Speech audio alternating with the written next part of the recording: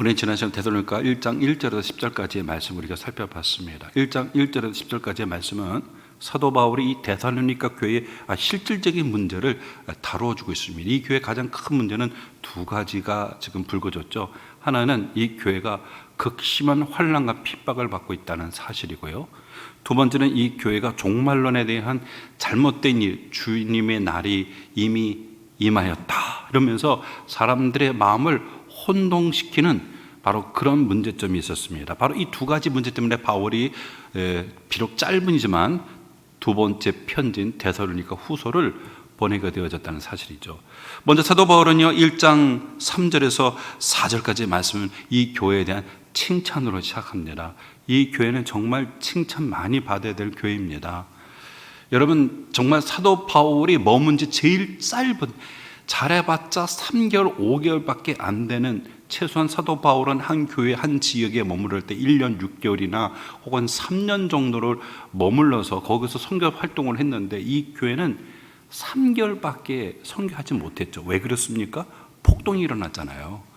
유대인들이 시기해가지고 시장에 있는 불량배들을 돈 주고 사가지고 바울이 강론할 때 회당을 뒤집어 버렸습니다. 그래서 바울이요 숱한 고난을 많이 받은 사람이지만 쫓겨났어요. 이렇게 쫓겨난 거는 선교 초기 다메섹에서 쫓겨난 거하고요 사도 바울이 처음입니다. 특히 유럽 대륙에 와서 처음으로 그 지역사회에서 쫓겨난 거는 처음 있는 일이라는 거죠. 여러분 사도 바울이 쫓겨날 수밖에 없는 건 계속해서 거기에 머물렀다면 사도 바울이 큰 봉변을 당할 수 있기 때문에 함께 있는 사람들이 바울 보고 급히 여기서 나가시라고. 그래서 바울이 할 수 없이 이 교회를 나왔습니다. 여러분 이러한 혼란이 있는 교회에 얼마나 극심한 핍박이 있었겠습니까? 여러분 생각만 해도요 바울의 그 마음이 얼마나 이 교회를 생각할 때 뭉클하겠단 말이에요. 그런데도 이 교회가 흔들리지 아니하고 인내와 믿음 가운데 거하고 있다라고 하는 이 사실은 사도 바울의 자랑거리였습니다. 그래서 바울은 마게도냐, 아가지아 어느 지역에 가든지 바로 이 데살로니가 교회 성도들의 이 인내와 이 믿음, 이거를 바울이 자랑했어요. 여러분 우리들의 자랑은 바로 오직 예수 그리스도밖에 없는 줄로 믿습니다. 예수 그리스도를 사랑하고 의지하며 그 믿음 가운데 거하고 있다는 것 자체, 이것이 바로 저와 여러분의 마음을 사로잡아야 될 중심된 진리요 또 성도들의 덕인 줄로 믿습니다. 그러면서 5절에 보면 사도 바울이 이것이 하나님의 공의로운 심판의 표다 이렇게 돼요. 여기서 이 표라는 게 엔데이크만한 단어 썼는데요. 이 단어가 뭐냐? 명백한 표지, 표시, 경계선, 표지석을 뜻한다는 거예요. 왜 그러냐면 이 교회 성도들이 지금 극심한 환난과 핍박을 당하고 있는데 이 극심한 환난과 핍박을 당한다는 것은 첫째로는 하나님이 이 성도들을 사랑해서 하나님 나라에 합당한 자로 하나님이 세우시기 위한 우리 하나님의 연단의 과정이다. 두 번째는 뭡니까? 환난을 끼치게 하는 자와 환난을 받는 자에게는 하나님이 안식을 허락하시고 환난을 끼치는 자들에게는 하나님의 어미로운 심판이 있다는 거예요. 그래서 사도 바울은 이 심판에 대해서 말하기를 영원한 형벌이다 이렇게 얘기해요. 영원한 형벌인데 언제 이 형벌을 받아요? 주님이 재림할 때. 주님이 재림할 때 예수님께서 산헤드린 공의에서 신문을 받을 때에 네가 그리스도인지 하나님께 맹세하고 얘기하라 그랬더니 예수님이 말씀하셨죠. 인자가 구름을 타고 영광 가운데 오리라 이렇게 말씀하셨어요. 그것 때문에 이 대제사장과 종교 지도자들이 그 말을 듣고 옷을 찢으면서 우리가 이 참담한 말을, 이 신성 모독의 참담한 말을 듣는도다 하면서 옷을 찢으면서 이런 자를 어떻게 하면 좋겠는가? 사형에 해당합니다. 그래서 예수님이 사형 언도를 받으신 거잖아요. 그런데요 주님의 그 말씀은 실현이 아닙니다. 주님의 말씀은 역사 속에 이루어진다는 겁니다. 주님이 강림할 때 주의 천사들과 함께 강림하는데 여기 보면은 불꽃 가운데에 임재를 한다는 거예요. 그러니까 주님이 그 재림하는 그날은 얼마나 장엄하고 또 위험 있는 모습으로 나타나시는가. 처음에 주님이 이 세상에 오셨을 때는 유대 베들레헴의 마구간의 구유에서 강포에 쌓여서 출생하셨어요. 세계 그 어느 누구도 주님의 출생을 몰랐습니다.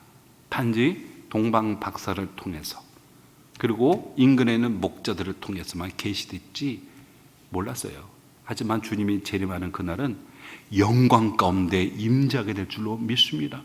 하늘에 속해 있는 수많은 천군과 천사들이 주님이 재림하는 그날 그 영광의 모습을 드러내며 주님이 영광의 그 부활의 영광의 모습을 가지고 불꽃 가운데 하늘에서 급하게 강림하는 이 위대한 영광스러운 장면을 여러분 목도하게 되어진다는 겁니다. 그날에 하나님의 두 가지의 역사가 일어납니다. 하나는 뭐죠? 심판의 역사고, 또 하나는 뭡니까? 구원의 역사라는 거예요. 그래서 하나님의 심판은 누굽니까? 하나님을 모르는 자들, 우리 주 예수의 그 복음을, 십자가에 피 묻은 복음을 복종하지 않는 자들에게 어떤 형벌이 있다고요? 영원한 형벌이 있는데, 그 형벌은 어떻습니까?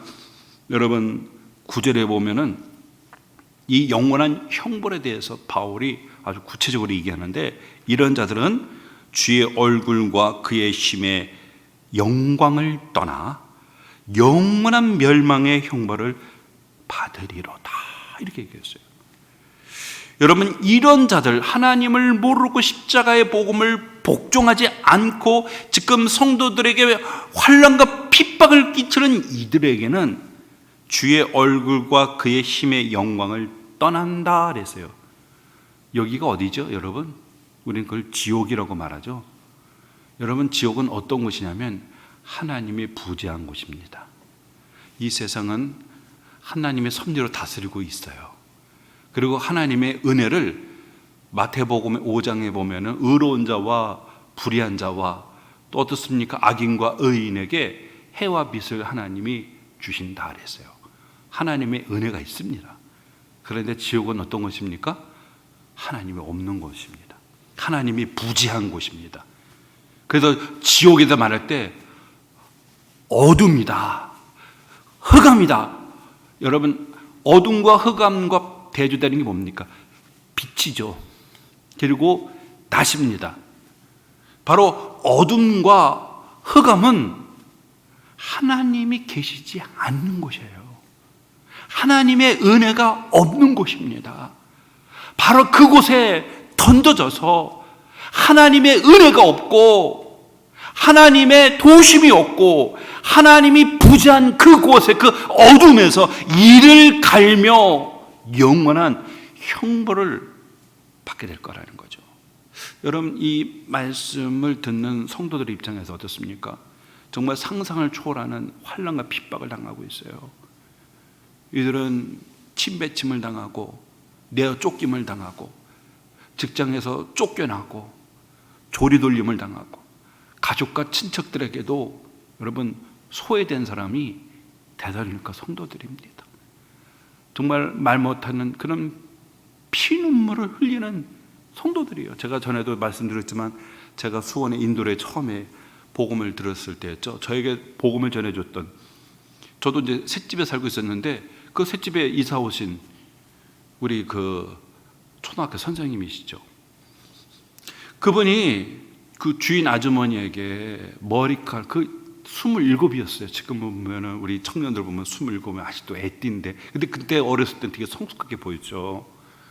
그런데 그 27의 그 처녀된 그 선생님을 그 주인이 머리끄댕이를 잡아다가 그 마당이 진흙밭이에요. 진흙밭. 거기다가 내동갱을 치는 거예요. 그리고 그 집에 있는 살림을 다 끄집어다가 던지면서 고래고래 소리 지르면서 막 침을 뱉고 발길질을 하고 머리카락을 잡아다가 막 끄댕이를 잡아당기고 동네 사람들이 다 수십 명이 모여서 그걸 다 보고 있어요. 저는 이게 환난과 핍박할 때 그 장면이 참 연상이 돼요. 데살로니가 성도들은 그 이상을 받았을 겁니다. 그 이상을 받았을 거예요. 그런데 뭡니까? 하나님이 신원하신다는 겁니다. 하나님이 반드시 갚으신다는 겁니다. 인내하라는 거예요. 주님이 강림하는 그날에 땅을 치며 너희들을 핍박하고 조리돌림하고 학대하고 신문한 그 저들이 하나님의 어미로운 심판을 받게 될 거라는 겁니다. 그리고 어떻습니까? 하나님의 얼굴을 비출 수 없는, 하나님의 얼굴을 볼 수 없는 그의 힘의 영광이 없는 그 부재한 그 흑암의 어두움으로 그들이 던져지게 될 거라는 사실. 여러분, 핍박을 받는 성도들에게 입장에서는 한가할 수가 없는 거잖아요. 그들이 한가할 수 없는 그 약자 중에 약자 아닙니까? 법의 테두리에 도움을 받을 수가 없어요. 로마가 인정하는 종교가 아닙니다. 황제 숭배와 제국 숭배를 해야 돼요. 근데 그거를 거부하는 자들이에요. 법의 보호도 못 받는 사람들입니다. 그런 그들이 피눈물 흘리는 그들에게 이 말씀이 얼마나 큰 위로의 말씀이 되겠습니까? 얼마나 큰 위로의 말씀이 되겠습니까? 뿐만 아니라 어떻습니까? 환난을 당한 자에게 하나님이 안식을 주시는데 10절에 보면 그날에 그가 강림하사 그의 성도들에게서 영광을 받으시고 모든 믿는 자들에게서 놀랍게 여김을 얻으시리니, 주님이 강림하는 그 순간 그의 성도들에게서 하나님이 우리 주 예수 그리스도께서 영광을 받으신다는 거예요. 그리고 우리 모든 믿는 자들에게 놀랍게 여김을 받는다. 왜 성도들을 왜 놀라워하는 거예요? 그 경이로움, 그 놀라움, 그 위대함, 그 장엄함. 하늘이 열리고 수많은 천군과 천사들이 주님과 함께 영광의 모습 속에서 이 세상으로 급한 바람과 같이 쏟아져 나오는 그 장면을 목격할 때 그 장엄함, 그리고 그 놀라운 그 경이 앞에 사람들이 놀라워한다는 거예요. 그 영광의 날에 너희들이 동참하게 될 거라는 겁니다. 너희들이 그 날에 함께 할 거라는 거죠. 그러는 가운데서 오늘 사도 바울이 11절, 12절 단 2절이지만요, 바울의 중보의 기도가 등장합니다. 사실은 문맥으로 보면요, 바울이 기도보다는 바로 2장으로 넘어가는 게 자연스러워요. 왜냐하면 2장은 이 교회가 두 가지 문제 때문에 편지가 써졌다고 말씀드렸잖아요. 첫째는 뭡니까? 환난과 핍박을 당하는 성도들을 위로와 격려해야 됩니다. 두 번째는 뭡니까? 이 교회가 잘못된 종말론에 대한 이해를 갖고 있어요. 그래서 사도 바울이 이 두 가지의 문제를 다루기 위해서 이 편지를 쓴 건데, 오늘 여러분 바울은 2장으로 넘어가기 전에 오늘 짧지만 이 2절에서 바울이 중보의 기도를 드리고 있습니다. 여기 보면 11절에 보면은 이름으로 라고 말합니다. 이름으로. 사도 바울의 기도의 출발은 이름으로서 시작합니다. 왜? 바울이 1장 1절에서 10절까지의 환난당하는 성도들을 위로 격려하고 나서 곧바로 2장으로 가서 잘못된 종말론을 바로잡아주는 말씀을 넘어가지 않고 오늘 여기서 10절에서 딱 멈추더니 넘어가기 전에 바울이 이름으로 하면서 누구를 위해서요? 지금 데살로니가 성도를 향해서 바울이 기도하고 있다는 겁니다. 그렇다면 이 기도의 출발점은 어디서 출발한 겁니까? 바로 이름으로에서 출발한 겁니다. 한글 성경은 이거를 이제 이름으로, 영어 성경은 그러므로, 또 어떤 거는 이를 위하여라는데 정확하게 원문을 보면은 에이스 하라고 돼 있어요. 에이스는 전치사고요, 하는 관계대명사예요. 이 전치사와 관계대명사 합쳐서 뭐라고 하냐면, 이거 정확하게 말한다면 바로 사도 바울이 지금 5절에서 10절까지 진술한 내용을 토대로 해서 바울이 기도한다는 겁니다. 여러분, 하나님의 공의로운 표라고 말했잖아요. 그렇죠? 첫째는 뭡니까? 이들이 고난을 당하고 있다는 것은 하나님이 지금 하나님 나라에 합당한 자로 지금 만드시기 위한 하나님의 과정이라는 거. 두 번째 뭐죠? 이들이 고난을 당하고 있다는 것은 하나님의 성도들에게 안식을 주지만 환난을 끼치게 하는 자들에겐 하나님의 엄유로운 심판이 기다리고 있다는 것. 바로 여기에 대한 이야기가 아니었겠어요? 그죠? 근데 이 모든 맥락이 어디로부터 여러분 된 줄 아십니까? 맥락이 주님의 재림을 배경으로 하고 있습니다. 주님의 재림. 여러분, 이 고난을 당하는 게 하나님의 나라에 합당한 자로 만들기 위함이라고 5절에 말하잖아요. 그렇죠? 이는 하나님의 공의로운 심판에 베어 너희로 하여금 하나님의 나라에 합당한 자로 여김을 받게 하려 하매니 그 나라를 위하여 너희가 또한 고난을 받느니라. 하나님의 나라에 합당한 자는 뭡니까? 하나님의 나라에 들어가기에 합당한 자로 하나님이 만드시기 위함에 있다. 이렇게 얘기했잖아요. 그죠? 그러니까 이 모든 배경이 어디입니까, 여러분? 하나님의 나라가 언제 임하는 겁니까? 주님이 재림할 때 하나님의 나라가 임하는 거잖아요. 그죠? 영광스럽게 주님이 천사와 함께 불꽃 가운데서 임재를 하신다는 거예요. 그때의 준엄한 심판과 구원이 행해집니다. 이런 주님의 그 강림하심, 하나님의 공의로운 심판의 표가 나타난 그날을 바라볼 때 바울은 겸손의 옷깃을 여미고 무릎을 꿇고 두 손 모아서 간절히 기도하게 됐다는 겁니다. 그 바울의 기도는 바로 하나님의 공의로운 심판의 표가 나타나는 그 마지막에 주님의 그 재림하시는 하나님의 영광스러운 나라가 임자는 그 나라를 바라보면서 오늘 사도 바울이 기도합니다. 이 바울의 기도를 보면요, 11절과 12절이 끊김없이 연결이 되어 있어요. 쉼표로 해가지고 끝까지 갑니다. 그게 뭡니까, 여러분? 사도 바울이 기도할 때 이 기도의 내용이 지금 공개된 거잖아요. 그렇죠? 사도 바울이 공개하고 있었어요. 글로 썼어요. 그렇죠? 그 바울의 그 기도를 이 성도들이 편지를 펼쳐서 읽을 때 그 기도의 내용을 알 수 있도록 펼친 것은 뭘 기록한 건 어떤 의도입니까? 내가 너희를 위해서 이렇게 기도했듯이 너희들도 또 그렇게 기도하라는 거예요. 그렇게 기도하라는 거예요.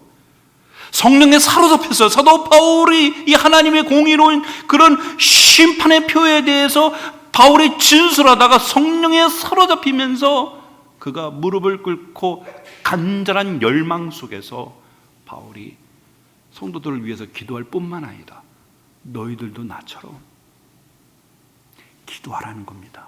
너희들도 나처럼 기도하라는 거예요. 기도하라는 거예요. 여러분, 공교롭게도 보면 바울이 1장 11, 12절에서 기도할 뿐만 아니라 여러분, 바울은요 3장으로 넘어오면 3장 1절에서 5절에 기도합니다.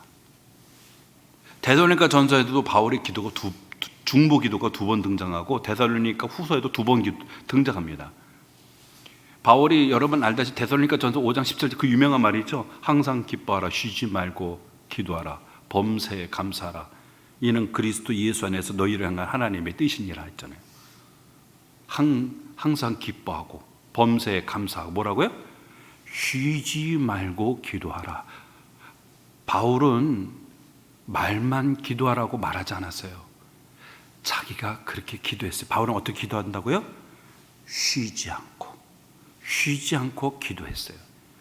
그래서 데살로니가 전서 후서들 보면은 바울의 중보의 기도가 2번이나 등장했는데 여러분, 첫 번째는 환난을 당하고 있는 성도들을 권면하고 나서 기도하고요. 두 번째는 성도들이 잘못된 종말론에 대해서 바로 잡으면서 기도하고 있어요. 그러니까 뭡니까, 여러분? 이 모든 것이 해결될 수 있는 것은 하나님의 도움이 아니고서는 되어질 수가 없다는 뜻입니다.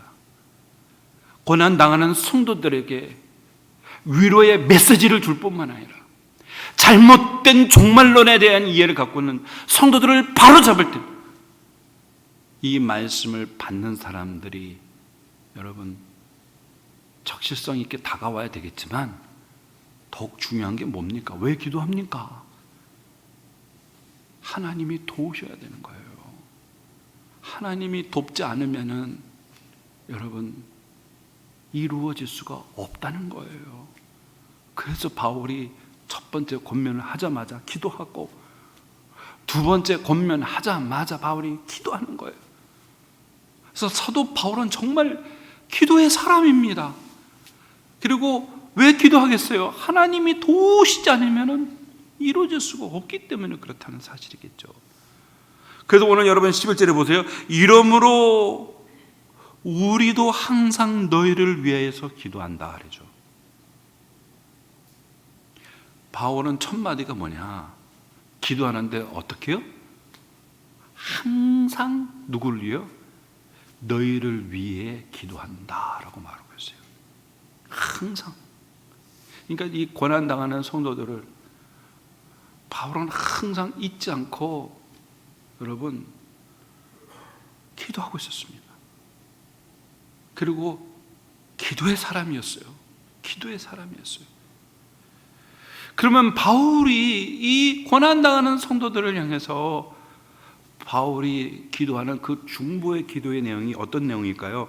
우리 함께 읽어볼까요? 11, 12절입니다. 시작. 이러므로 우리도 항상 너희를 위하여 기도하면 우리 하나님이 너희를 그 부르심에 합당한 자로 여기시고 모든 선을 기뻐함과 믿음의 역사를 능력으로 이루게 하시고 우리 하나님과 주 예수 그리스도의 은혜대로 우리 주 예수의 이름이 너희 가운데서 영광을 받으시고 너희도 그 안에서 영광을 받게 하려 함이라. 이 고난당하는 이 성도들, 그럴만 하나님의 공의로운 심판의 표죠. 언제 나타납니까? 주님이 오시는 그날 나타나게 될 겁니다. 여러분 얼마나 기대가 되고 가슴이 벌렁벌렁하겠어요. 얼마나 이 고난당하는 성도들에게는 대단히 간절함이잖아요.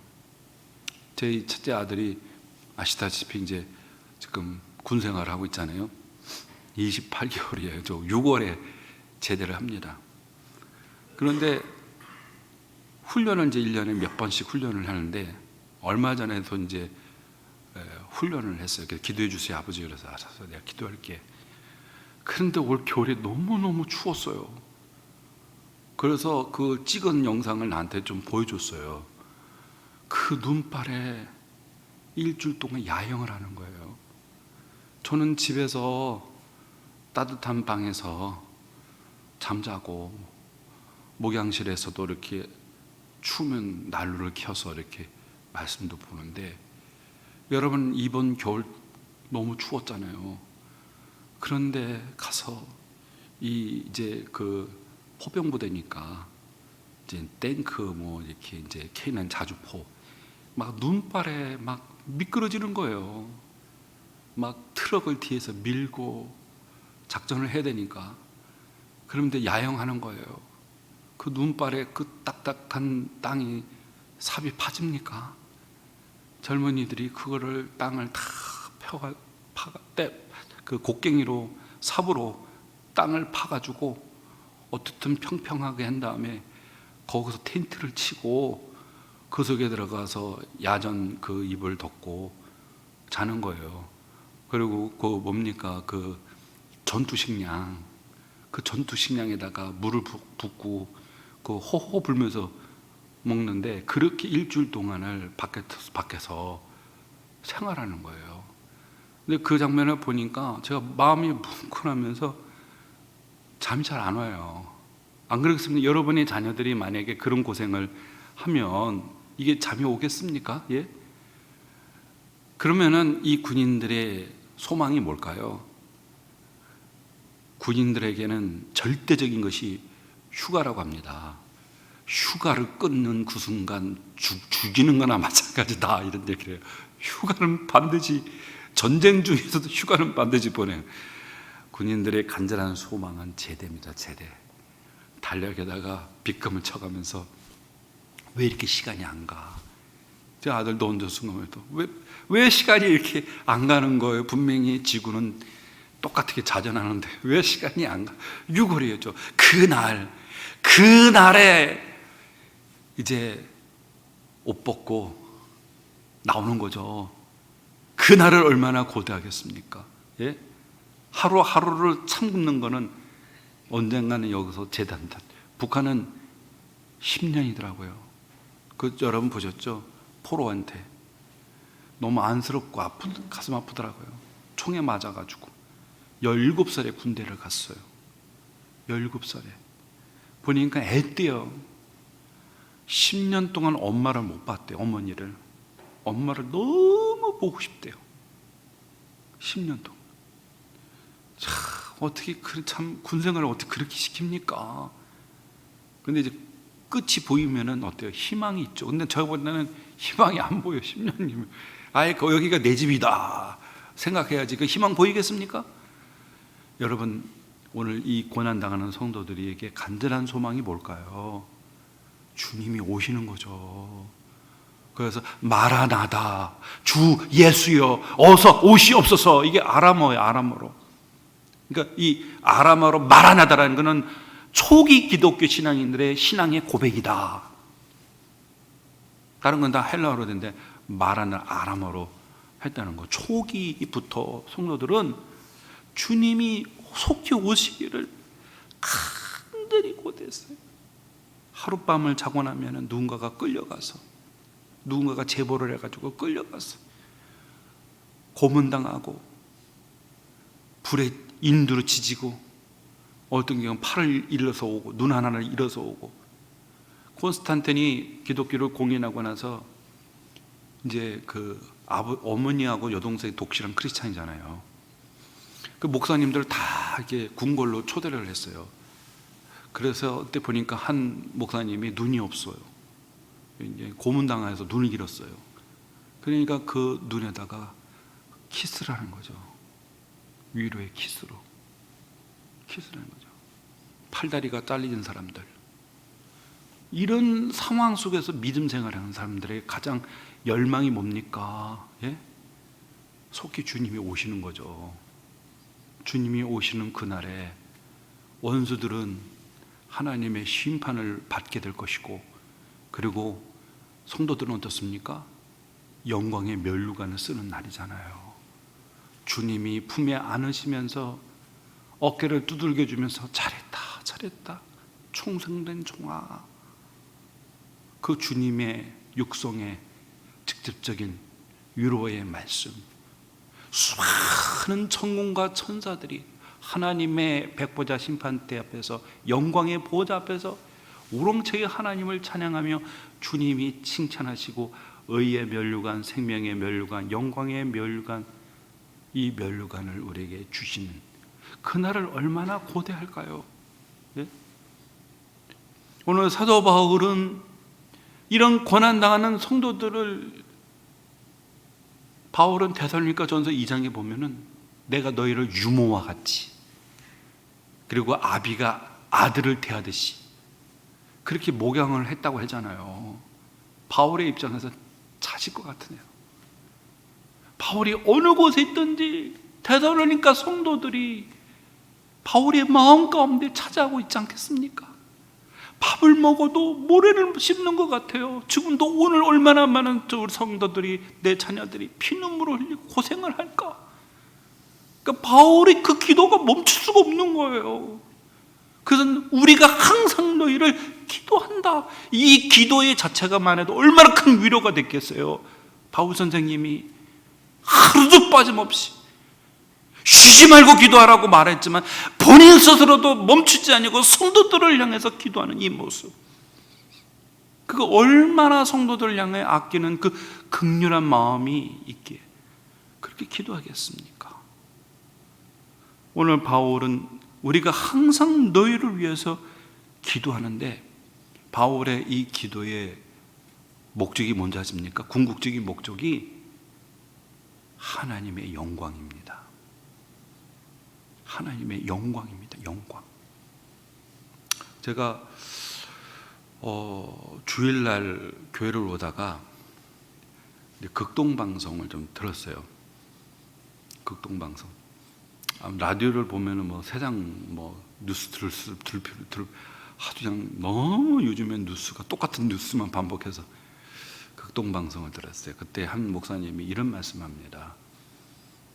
일제시대 때의 우리의 신앙의 선배들이, 특히 이제 주길철 목사님들이, 그분이 이제 순교한 것이 남다른 어떤 끈기 그리고 독한 마음을 품었기 때문에 그분들이 순교한 것이 아니라고. 그분들이, 그 목사님이 순교할 수 있었던 것은 하나님의 영광을 보았기 때문에 순교할 수 있었던 것이라고. 스테반 선생님이 돌에 맞았을 때 뭘 봤어요? 눈이 열리고 하나님의 영광의 보좌가 그 시야에 잡히면서 그 우편에서 예수님이 벌떡 쓰셔가지고 돌에 맞아 순교하는 이 요단강을 건너는 이 스테반을 향해서 두 팔 벌리는 주님의 이 영광의 모습을 보고, 보라, 하나님의 영광의 보좌와 그 우편에 서 계신 예수 그리스도를 내가 본다, 이렇게 외쳤잖아요. 여러분, 하나님의 영광을 봤기 때문에 그런 거예요. 그리고 그 하나님의 영광을 경험했기 때문에 그런 겁니다. 그렇기 때문에 이 죽음이 두렵지가 않은 거예요. 사람이 제일 두려워하는 게 뭔지 아십니까? 이 땅의 인생들이 가장 두려워하는 것은 죽음이에요. 죽음을 두려워하지 않은 인생이 어디 있겠습니까? 근데 그 죽음을 기꺼이 찬양하며 노래하며 건널 수 있었던 것은 그들이 허상을 본 게 아니라 그리스도의 영광을 봤기 때문에 그런 거예요. 영광을 봤기 때문에. 그 영광을 봤기 때문에 기꺼이 그 불구덩이 속에서도, 십자가 위에서도 달려드는 사자들 맹수에게도 두렵지 않고 건널 수가 있었다는 사실이죠. 여러분, 사도 바울, 선생님 가지 마세요. 곳곳에서 성령이 증언합니다. 고난이 기다리고 있다고. 아가보라는 선지자는 바울의 허리띠를 뽑아다가 자기 손발을 묶으면서 이 띠의 주인공이 예루살렘에서 이런 고난이 기다리고 있다고 보여줬잖아요. 그러니까 선생님 가지 마십시오. 바울도 가면 지금 도초에서 유대인들이 이를 갈고 있어요. 바울이 자기가 가면은 거기서 엄청난 고난이 기다리고 있다는 걸 알아요. 그런데 왜 바울이 갔습니까? 나의 달려갈 길과 주 예수께서 맡긴 사명을 만취리 하면은 나의 목숨을 나는 조금도 귀한 것을 여기지 않는다. 바울의 그 결단이, 마음의 결심이 결연하다는 사실을 깨닫고 더 이상 제자들이 설득하지 않습니다. 이제 바울이 기꺼이 가서 붙들려가지고 나중에는 황제 앞에 갔다가 우리가 잘 알듯이 목이 잘려서 순교를 했어요. 충분히 살 수 있는 여러 기회가 있었습니다. 그는 로마의 시민권을 가지고 있었어요. 얼마든지 위기에서 벗어날 수 있는 기회와 권리가 있었습니다만 왜 기꺼이 그가 목이 잘려 순교한 겁니까? 담에색 도상에서 부활하신 주님을 사울아, 사울아, 내가 어찌하여 나를 핍박하느냐. 부활하신 주님의 그 영광의 모습을 그가 직관을 했습니다. 그렇게 기꺼이 죽는 것을 두려워하지 않았어요. 죽음으로는 끝나는 게 아니라 디모데후서 4장 8, 9절에서 뭐라죠? 사도 바울이요? 이제 후로는 나를 위하여 의의 면류관이 기다리고 있다. 그는 하나님의 나라의 영광을 봤어요. 죽음은 영광의 나라로 들어가는 관문입니다. 세상 사람들은 죽음으로 끝이다라고 하지만 그리스도인에게는 죽음은 영광의 나라로 들어가는 관문과 같은 거예요. 그 영광을 보았기 때문에 그렇습니다. 여러분, 우리도 바울과 같이 진리의 말씀을 통해서 지금도 찬란하게 비추고 있는 그리스도의 영광을 보게 해달라고, 성령 하나님, 내 눈을 열어주셔서 말씀 속에서 찬란하게 비추고 있는 주님의 그 영광을 보게 해달라고, 맛보게 해달라고. 주님의 그 영광이 여러분 그 어떠한 환난과 핍박을 뛰어넘을 수 있는, 넉넉하게 웃으면서 뛰어넘을 수 있는, 쟤 왜 그래? 쟤 미쳤어? 여러분, 로마의 시대의 자료를 보면, 역사의 기록을 보면 그리스도인들이 원형 경기장에 끌려 나왔을 때 수많은 관중들이 환호했잖아요. 옛날이나 지금이나 사람들이 참 그런 잔혹한 거를 즐겨하는 게 있어요. 그때 그리스도인들이 사자에게 뜯길 때 서로를 지키고 보호하고, 마지막 시신을 수습할 때에 그들의 얼굴 모습 속에서 왜 이 맹수들에게 뜯기는 저 사람들의, 찢어지는 저 사람들의 얼굴에 저렇게 미소가 있을까? 예? 그 모습 속에서 사형을 집행했던 로마 병사들이 예수를 믿는, 군영이 복음화되는, 그리고 관중들이 복음화되는 역사가 일어난 겁니다. 왜요? 여러분, 왜 하나님이 이 죽음이라고 하는 순교를 하나님이 왜 허락하실 것일까요? 여러분, 생명, 목숨, 죽음은요, 바로 진리의 그 진리가 진정성을 갖고 있다는 것을 확증시키는 것이 바로 죽음입니다. 어느 누구도 죽음 앞에는 다 두려워해요. 그리고 어떻든 이 죽음을 벗어나기 위해서 사람은 다 거짓말하려고 합니다.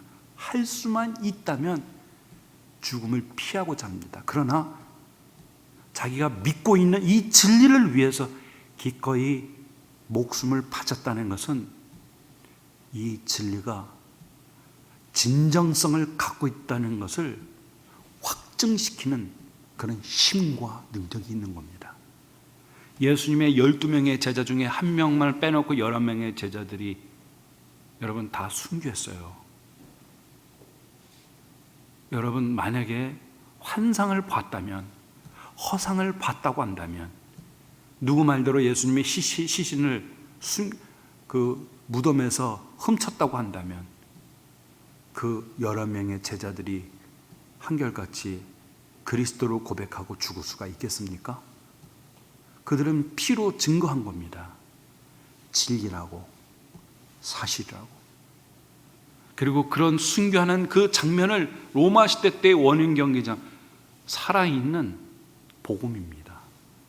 그들은 거기서 환호하고 소리 질렀던 수많은 군중들이 엄숙해졌어요. 그 죽어가는 그 사람들의 모습 보면서 기독교의 이 소수의 종교에 불과했던 이 복음이 진정성이 확보가 되는 거죠. 수많은 사람들이 자발적으로 기독교로 귀의를 했습니다. 엄청난 파워였어요. 엄청난 능력이었다는 거죠. 오늘 바울은 12절에 이렇게 말합니다. 우리 하나님과 주 예수 그리스도의 은혜대로 우리 주 예수의 이름이 너희 가운데서 영광을 받으시고 너희도 그 안에서 영광을 받게 하려 함이라. 바울의 기도의 궁극적인 목적은 뭡니까? 영광입니다. 영광. 환난과 고난을 당하는 성도들에게 가장 큰 위로가 뭐가 있을까요? 영광입니다. 이 영광을 바라보는 자는 그 어떠한 환난과 핍박을 이길 수 있는 큰 힘이 된 줄로 믿고, 우리가 하나님의 진리의 말씀을 통해서 하나님의 그 영광을 보게 해 주시옵소서.